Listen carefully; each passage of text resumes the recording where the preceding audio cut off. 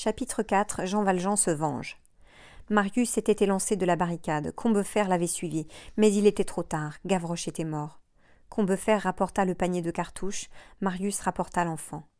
Hélas, pensait-il, ce que le père avait fait pour son père, il le rendait au fils. Seulement Thénardier avait rapporté son père vivant. Lui, il rapportait l'enfant mort. Quand Marius rentra dans la redoute avec Gavroche dans ses bras, il avait, comme l'enfant, le visage inondé de sang. À l'instant où il s'était baissé pour ramasser Gavroche, une balle lui avait effleuré le crâne. Il ne s'en était pas aperçu. Courfeyrac défit sa cravate et en banda le front de Marius. On déposa Gavroche sur une table. Combeferre distribua les cartouches du panier qu'il avait rapporté. Cela donnait à chaque homme 15 coups à tirer. Tout à coup, entre deux décharges, on entendit le son lointain d'une heure qui sonnait. « C'est midi, » dit Combeferre. « Montez des pavés dans la maison, jeta Enjolras. Garnissez-en le rebord de la fenêtre et des mansardes. La moitié des hommes au fusil, l'autre moitié au pavé. Pas une minute à perdre. » Ces dispositions faites, il se tourna vers Javert et lui dit « Je ne t'oublie pas. » Et posant sur la table un pistolet, il ajouta « Le dernier qui sortira d'ici cassera la tête à cet espion. » Ici, Jean Valjean apparut. Il était confondu dans le groupe des insurgés. Il en sortit et dit à Enjolras « Vous êtes le commandant ?»« Oui. »« Vous m'avez remercié tout à l'heure. Au nom de la République. La barricade a 2 sauveurs, Marius Pontmercy et vous. Pensez-vous que je mérite une récompense ? Certes. Eh bien, j'en demande une. Brûlez moi-même la cervelle à cet homme-là. » Javert leva la tête et vit Jean Valjean, eut un mouvement imperceptible et dit « C'est juste. » Quant à Enjolras, il s'était mis à recharger sa carabine. Il promena ses yeux autour de lui. Pas de réclamation. Et il se tourna vers Jean Valjean. « Prenez le mouchard. » Jean Valjean, en effet, prit possession de Javert en s'asseyant sur l'extrémité de la table. Il saisit le pistolet et un faible cliquetis annonça qu'il venait de l'armer. Presque au même instant, on entendit une sonnerie de clairon. « Alerte !» cria Marius du haut de la barricade. Les insurgés s'élancèrent en tumulte. Quand Jean Valjean fut seul avec Javert, il défit la corde qui assujettissait le prisonnier par le milieu du corps, et dont le nœud était sous la table. Après quoi, il lui fit signe de se lever. Jean Valjean, le pistolet au poing, prit Javert par la martingale comme on prendrait une bête de somme par la bricole. Et, l'entraînant après lui, sortit du cabaret, lentement, car Javert, entravé aux jambes, ne pouvait faire que de très petits pas. Ils franchirent ainsi le trapèze intérieur de la barricade. Marius, seul, les vit passer. Jean Valjean fit escalader avec quelque peine, à Javert garrotté, mais sans le lâcher un instant, le petit retranchement de la ruelle Mondétour. Quand ils eurent enjambé ce barrage, ils se trouvèrent seuls dans la ruelle. Jean Valjean tira de son gousset un couteau et l'ouvrit. « Un sur un !» s'écria Javert. « Tu as raison, cela te convient mieux. » Jean Valjean coupa la martingale que Javert avait au cou, puis il coupa les cordes qu'il avait au poignet, puis, se baissant, il coupa la ficelle qu'il avait au pied, et se redressant, il lui dit « Vous êtes libre. » Javert n'était pas facile à étonner. Cependant, tout maître qu'il était de lui, il ne put se soustraire à une commotion. Il resta béant et immobile. Jean Valjean poursuivit. « Je ne crois pas que je sorte d'ici. Pourtant, si par hasard j'en sortais, je demeure, sous le nom de Fauchelevent, rue de l'Orme-Armée, numéro 7. » Javert eut un froncement de tigre qui lui entr'ouvrit un coin de la bouche, et il murmura entre ses dents. « Prends garde. »« Allez, » dit Jean Valjean. Javert reboutonna sa redingote, remit de la roideur militaire entre ses 2 épaules, fit demi-tour, croisa les bras en soutenant son menton dans une de ses mains, et se mit à marcher dans la direction des Halles. Quand Javert eut disparu, Jean Valjean déchargea le pistolet en l'air, puis il rentra dans la barricade et dit « C'est fait. » Chapitre 5. Les héros. Tout à coup, le tambour battit la charge. L'attaque fut l'ouragan. Les insurgés firent feu impétueusement. La barricade escaladée eut une crinière d'éclairs. L'assaut fut si forcené qu'elle fut un moment inondée d'assaillants.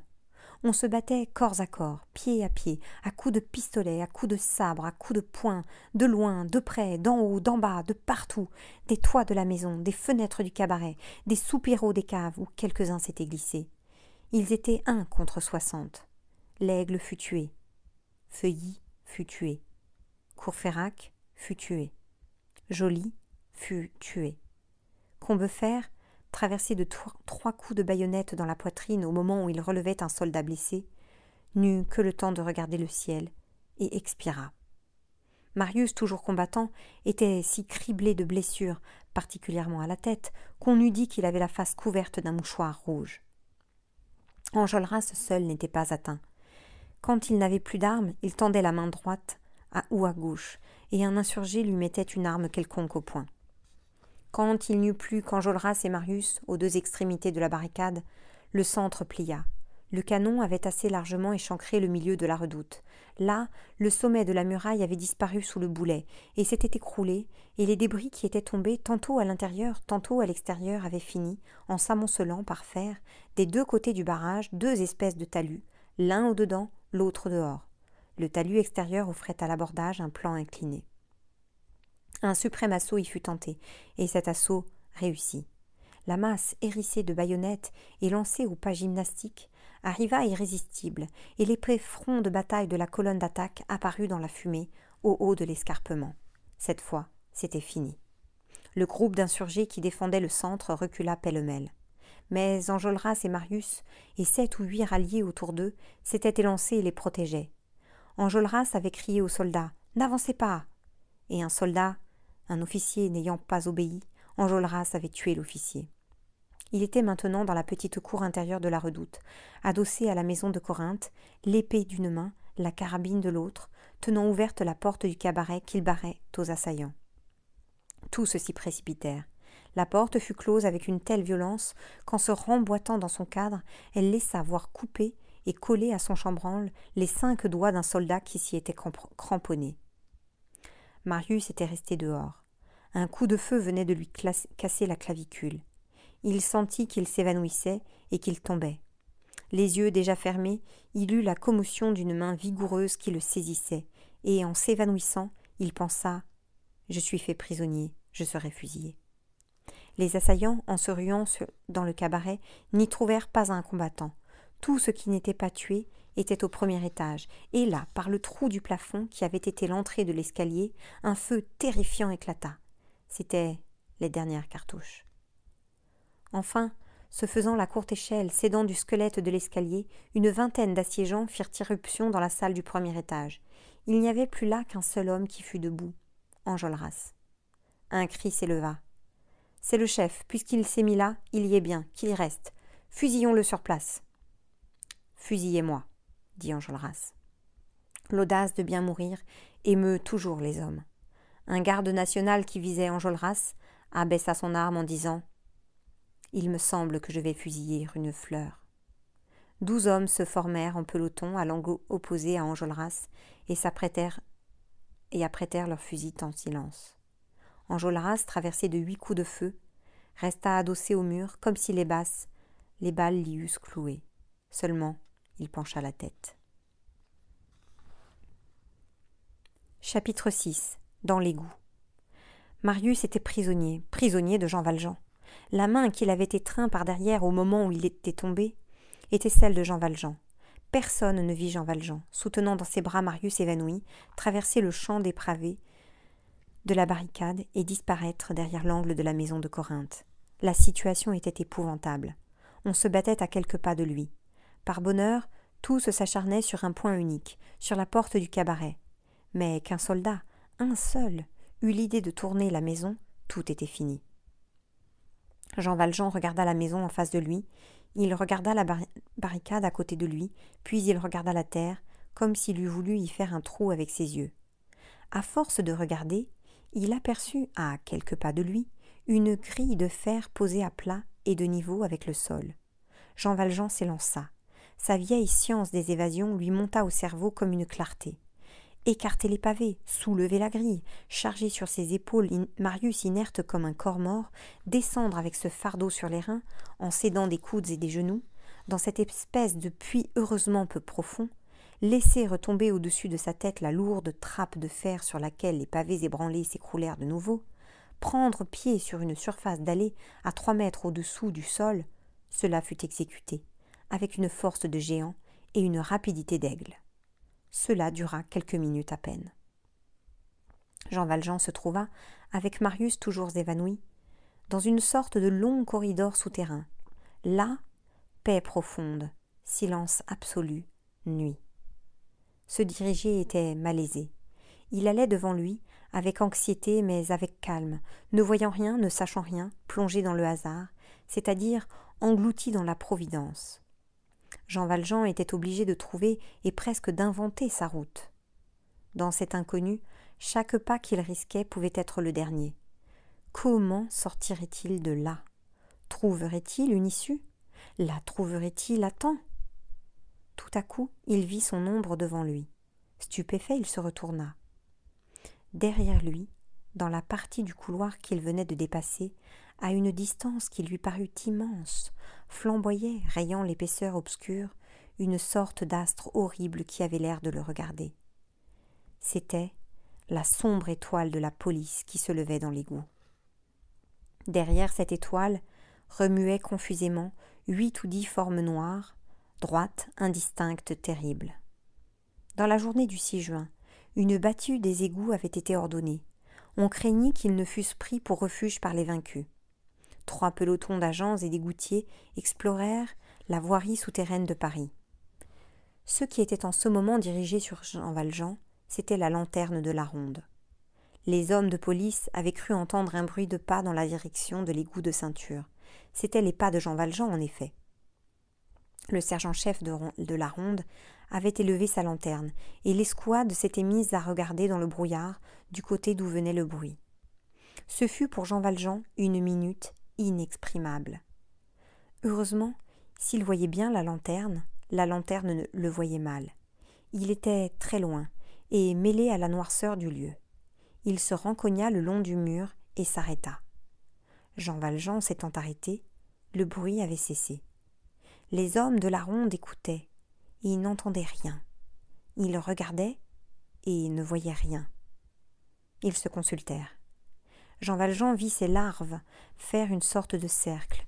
Le résultat de ce conseil tenu par les chiens de garde fut qu'on s'était trompé, qu'il n'y avait pas eu de bruit, qu'il n'y avait là personne, qu'il était inutile de s'engager dans l'égout de Ceinture, que ce serait du temps perdu. Le sergent donna l'ordre d'obliquer à gauche, vers le versant de la Seine. La ronde se remit en marche, laissant derrière elle Jean Valjean. Chapitre 7.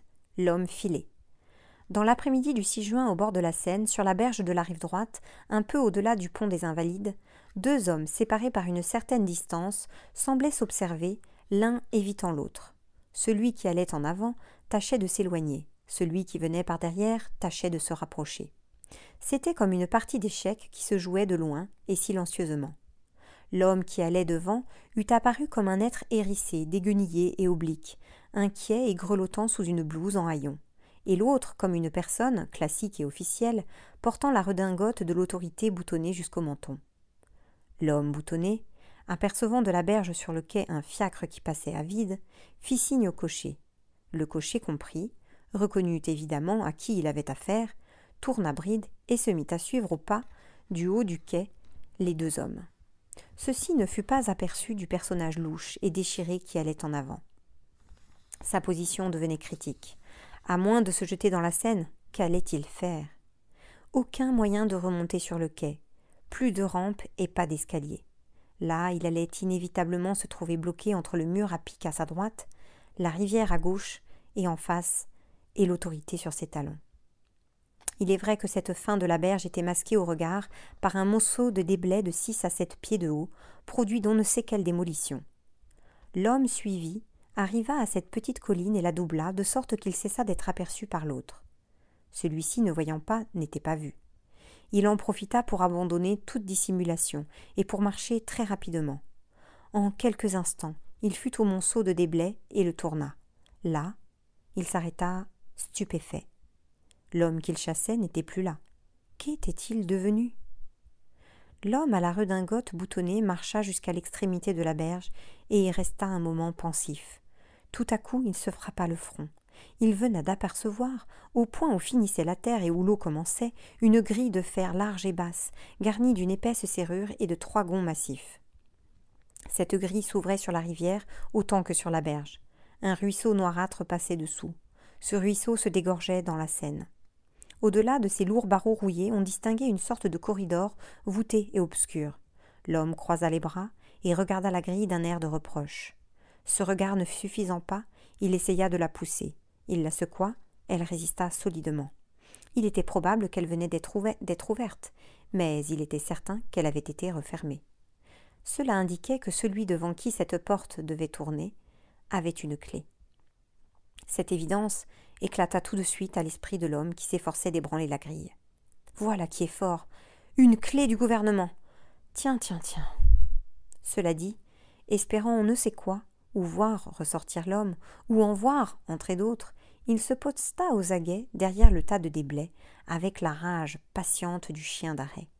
De son côté, le fiacre, qui se réglait sur toutes ses allures, avait fait halte au-dessus de lui, près du parapet. Chapitre 8. Sauvé. Jean Valjean avait repris sa marche et ne s'était plus arrêté. Cette marche était de plus en plus laborieuse. Jean Valjean était forcé de se courber pour ne pas heurter Marius à la voûte.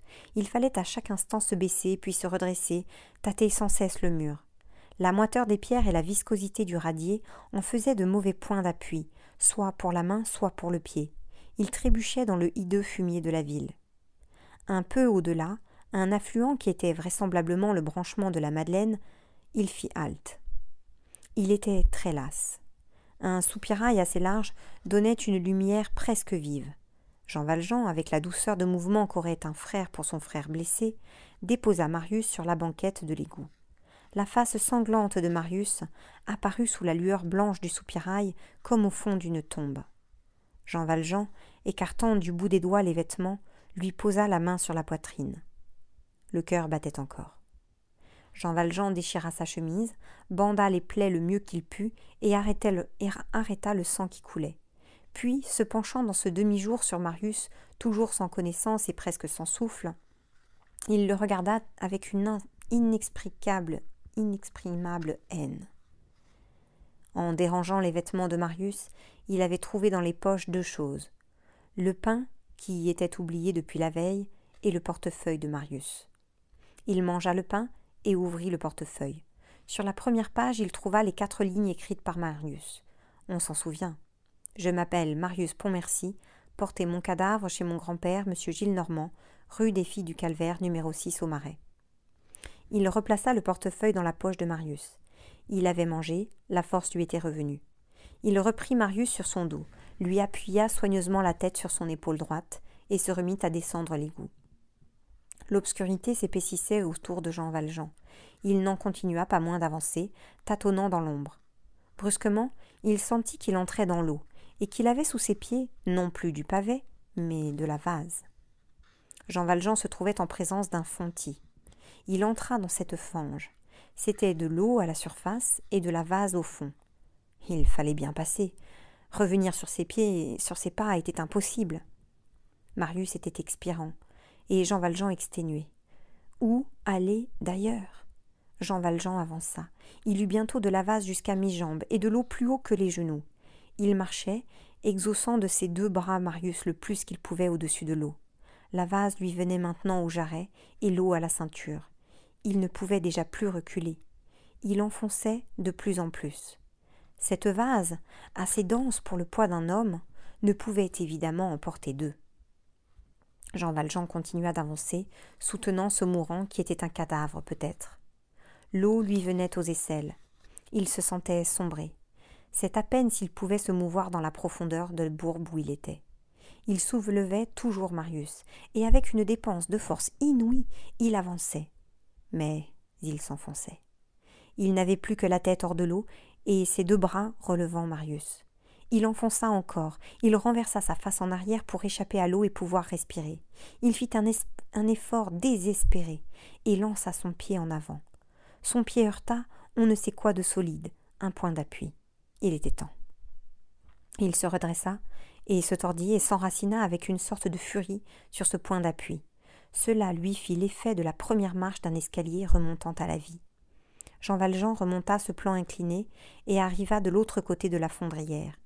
Il marcha désespérément, presque vite, sans dresser la tête, presque sans respirer, et tout à coup se cogna au mur. Il était parvenu à un coude de l'égout, et en arrivant tête basse au tournant, il avait rencontré la muraille. Il leva les yeux, et à l'extrémité du souterrain, là-bas devant lui, loin, très loin, il aperçut une lumière. Cette fois, ce n'était pas la lumière terrible, c'était la lumière bonne et blanche. C'était le jour. Jean Valjean voyait l'issue. Jean Valjean ne sentit plus la fatigue, il ne sentit plus le poids de Marius. Il retrouva ses jarrets d'acier. Il courut plus qu'il ne marcha. Jean Valjean arriva à l'issue. Là, il s'arrêta. L'arche était fermée d'une forte grille, une de ces serrures de Bastille que le vieux Paris prodiguait volontiers. Au-delà de la grille, le grand air, la rivière, le jour, la berge très étroite, mais suffisante pour s'en aller, les quais lointains. Paris, la liberté. Il pouvait être 8h30 du soir. Le jour baissait. Jean Valjean déposa Marius le long du mur sur la partie sèche du radier, puis marcha à la grille et crispa ses 2 poings sur les barreaux. Pas de levier. L'obstacle était invincible. Il tourna le dos à la grille et tomba sur le pavé, plutôt terrassé qu'assis, près de Marius toujours sans mouvement, et sa tête s'affaissa entre ses genoux. Pas d'issue. C'était la dernière goutte de l'angoisse. Au milieu de cet anéantissement, une main se posa sur son épaule et une voix qui parlait bas lui dit « Pars à 2 ». Jean Valjean crut rêver. Était-ce possible? Il leva les yeux. Un homme était devant lui. Jean Valjean n'eut pas un moment d'hésitation. Si imprévue que fût la rencontre, cet homme lui était connu. Cet homme était Thénardier. Il y eut un instant d'attente. Jean Valjean s'aperçut tout de suite que Thénardier ne le reconnaissait pas. Ils se considérèrent un moment dans cette pénombre, comme s'ils se prenaient mesure. Thénardier rompit le silence. « Comment vas-tu faire pour sortir ? Impossible de crocheter la porte. Il faut pourtant que tu t'en ailles d'ici. »« C'est vrai, » dit Jean Valjean. « Eh bien, pars à 2. Que veux-tu dire ? » ?»« Tu as tué l'homme, c'est bien. Moi, j'ai la clé. » Thénardier montrait du doigt Marius. Il poursuivit. « Je ne te connais pas, mais je veux t'aider. Tu dois être un ami. » Jean Valjean commença à comprendre. Thénardier le prenait pour un assassin. Thénardier reprit. « Écoute, camarade, tu n'as pas tué cet homme sans regarder ce qu'il avait dans ses poches. Donne-moi ma moitié, je t'ouvre la porte. » Et tirant à demi une grosse clé de dessous sa blouse, toute trouée, il ajouta. « Veux-tu voir comment est faite la clé des champs ? Voilà. Maintenant, concluons l'affaire. Partageons. Tu as vu ma clé ? Montre-moi ton argent. » Thénardier était hagard, fauve, louche, un peu menaçant, pourtant amical. Thénardier reprit. « Finissons. Combien le pantre avait-il dans ses profondes ?»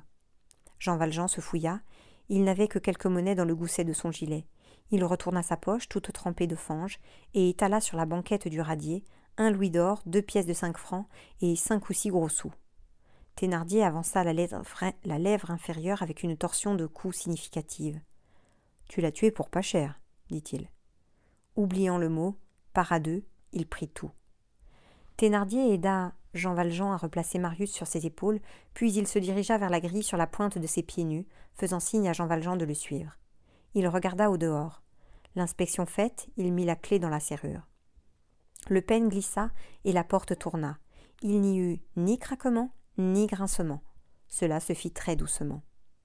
Thénardier entrebâilla la porte, livra tout juste passage à Jean Valjean, referma la grille, tourna 2 fois la clé dans la serrure et replongea dans l'obscurité sans faire plus de bruit qu'un souffle. Jean Valjean se trouva dehors.